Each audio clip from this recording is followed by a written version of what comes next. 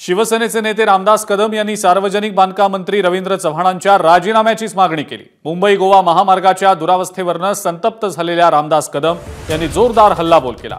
रामाचा वनवास 14 वर्षात संपला, मात्र कोकणवासियांचा वनवास नेमका केव्हा संपणार असा सवाल विचारला आणि त्यावर आता रवींद्र चव्हाणांची देखील प्रतिक्रिया समोर आलेली आहे। आज रक्षाबंधन असल्यानं अशा लोकांच्या स्टेटमेंटवर बोलणं योग्य नाही असं रवींद्र चव्हाण म्हणाले। फक्त चमकेगिरी करण्यापेक्षा, शायनिंग मागण्यापेक्षा खऱ्या अर्थानं काम झालं पाहिजे। तिथे अजून अनेक पूल झाले नाहीत, अनेक ब्रिजेस झाले नाहीत। जे एका बाजूला रस्ता आहे त्याच्यामध्ये खड्ड्यामध्ये सगळे रस्ते आहेत, रस्ताच नाही आहे, अशी अवस्था आहे। तर नुसती पाहणी नको कशासाठी? खरं तर त्यांचा राजीनामा आमच्या देवेंद्र फडणवीस साहेबांनी घ्यायला पाहिजे। कुचकामी मंत्री आहे, मी डायरेक्ट सांगतोय आज युती असताना देखील, कारण कोकणवासियांचे हाल आम्हाला बघत नाही, कोकणाची माणसं आम्हाला जाब विचारतायत, रामदास भाई तुम्ही काय करताय?